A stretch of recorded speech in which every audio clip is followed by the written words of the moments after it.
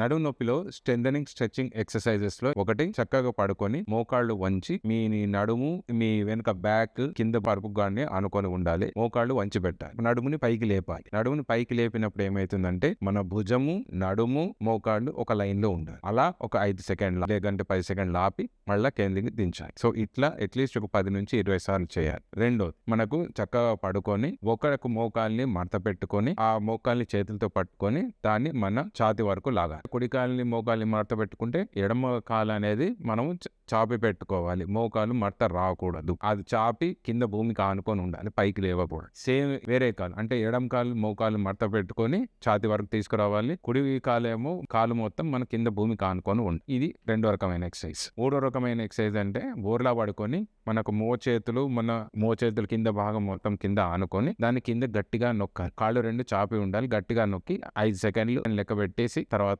మళ్ళీ కిందికి దిగి అట్లీస్ట్ ఒక 10 నుంచి 20 సార్లు చేయాలి. నాలుగో రకం, ఐదో రకం ఎక్సర్సైజ్ ఎలా ఉంటాయంటే రెండు చేతులు, అరిచేతులు అండ్ మోకాళ్ళ మీద మనిషి బోర్ల పొజిషన్ లో మనము చిన్నప్పుడు అంబాడినట్టు ఉండే పొజిషన్ లో మనిషి ఉండాలి. ఆ పొజిషన్ లో 2 రకాల ఎక్సర్సైజ్లు ఉంటాయి. ఒకటి, చేతులు మోకాళ్ళ మీద మనిషి కూర్చొని అంబాడినప్పుడు చిన్నప్పుడు ఎలా ఆడతాం మనం, 2 చేతులు 2 కాళ్ళు ఎలా అయితే అంబాడతామో అదే విధంగా 2 అరిచేతులు మోకాళ్ళ మీద ఉండాలి. నడుముని టైట్ చేసి పైకి లేపి ఆ తర్వాత తల కొంచెం కిందికి వంగు. అలా ఆ పొజిషన్ లో ఒక 5 సెకండ్లు కానీ 10 సెకండ్లు కానీ ఆపి మళ్ళీ రిలీజ్ చేయాలి. అట్లా అట్లీస్ట్ ఒక 20 సార్లు చేయాలి.